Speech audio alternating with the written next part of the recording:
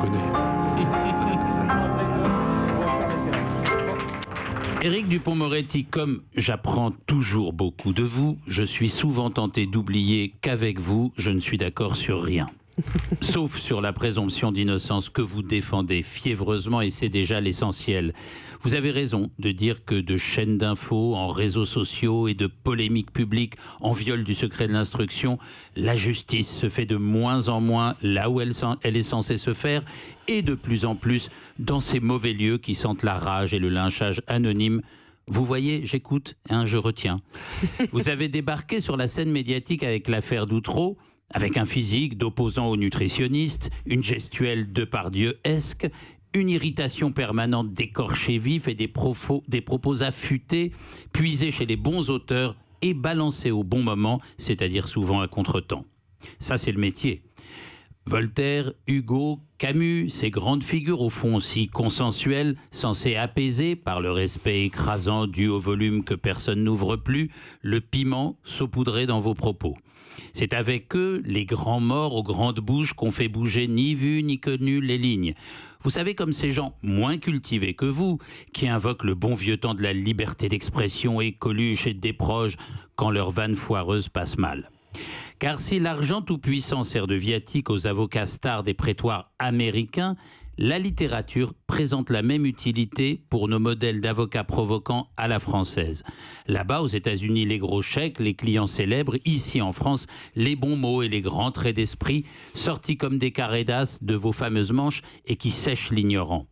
Que répondre à Victor Hugo, qu'on cite ainsi, que vous citez ainsi? Souvent la foule trahit le peuple. Quand on fait soi-même partie de la foule qui peut être celle des géniards, moutonniers, foule dangereuse prône à l'injustice, ou alors celle des ulcérés, des brisés, des sans force.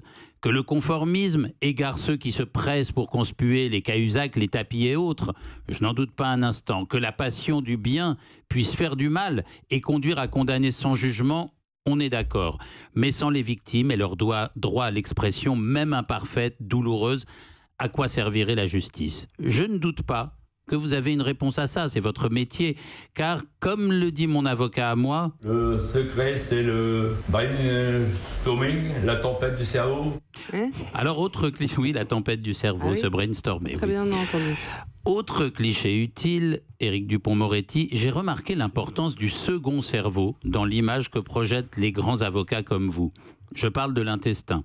Comme Vergès et d'autres, vous avez aussi choisi la figure du viveur, du fumeur de cigares, précis sur les grands crus, les terroirs, la poularde de demi-deuil, comme pour montrer de façon subliminale que le goût, la tradition, la terre elle-même sont au fond de votre côté.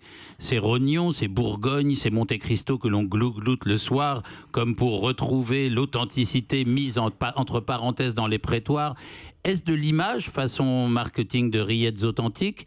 Ou cet hédonisme de ténor a-t-il aussi à voir avec la justice? Voilà ma question. Réponse, Éric Dupond-Moretti. Réponse immédiate, sans formule d'auteur. D'abord, réponse à une question légère, celle de la bouffe. Oui. Je ne me suis pas forcé. Hein. Non, mais j'en doute bien. Honnête, c'est ce que je suis. Et d'ailleurs, je crois que les gens qui me connaissent intimement savent que je plaide comme je parle et que je parle comme je plaide. Bon. Et comme vous bouffez. Oui, bien sûr. C'est très... Ça en dit long sur les gens, la façon dont ils mangent. Ce qu'ils mangent, ce qu'ils aiment, etc. Oui, je suis un hédoniste. Mais c'est pas pour l'image. C'est comme ça. Je me sens bien à table.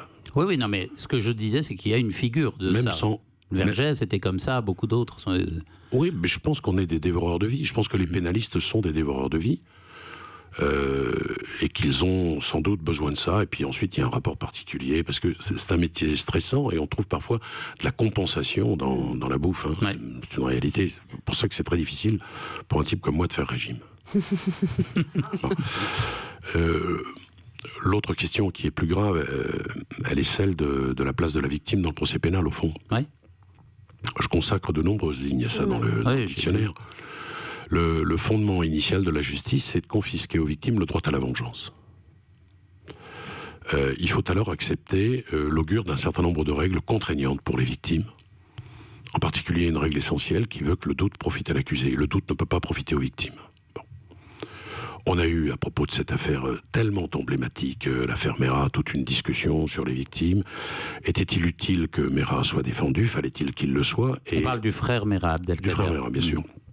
Oui, mais comme l'autre était mort, oui. Celui qui restait, si j'ose dire, incarnait le mal absolu. Bon.